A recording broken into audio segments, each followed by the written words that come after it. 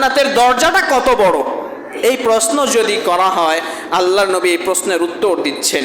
আন আবি হুরায়রা রাদিয়াল্লাহু আন আন্নান নবী সাল্লাল্লাহু আলাইহি ওয়াসাল্লাম قال والذي نفس محمد بيده, ওই সত্তার কসম, ওই আল্লাহর কসম যে আল্লাহর হাতে মুহাম্মদের প্রাণ, আন্নামা বাইনা মিসরাইনি মিন মাসারি'ল জান্নাতি কামা বাইনা মক্কা ওয়া হাজার, জান্নাতের একটি দরজার থেকে, এক দরজার পাশ থেকে আরেক দরজার পাশ, এক দরজার পাশ থেকে একই দরজার আরেক দরজার পাশ, মানে এই যে দরজা আছে এক পাশ থেকে আরেক পাশ, জান্নাতের দরজার এক পাশ থেকে আরেক পাশের দূরত্ব হলো ততটুকু, কামা বাইনা মক্কা ওয়া হাজার, মক্কা থেকে হাজার নগরী যত দূর।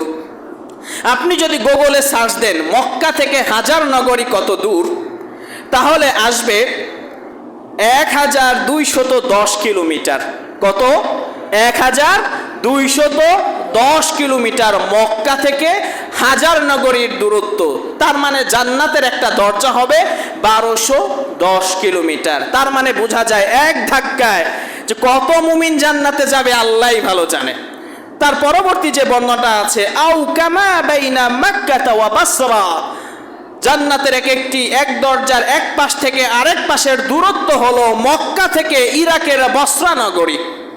গুগলে যদি সার্চ দেন যে মক্কা থেকে ইরাকের বসরা নগরী কত দূর, তাহলে গুগল থেকে যে রিপোর্টটা আসে সেটা হলো 1272 কিলোমিটার। তার মানে বোঝাই যাচ্ছে জান্নাতের দরজা দুনিয়ার কোনো দরজার মতো নয়। জান্নাতের দরজা সেটা আল্লাহ তাআলা বানিয়েছেন, সেটা জান্নাতে যাবে যারা, তারাই শুধুমাত্র দেখতে পাবে জান্নাতের দরজা কত বড় হবে। এই হাদিসটি হলো সহিহুত তারগীবের 3695 এবং সহিহুল বুখারীর 4712। قال الإمام ابن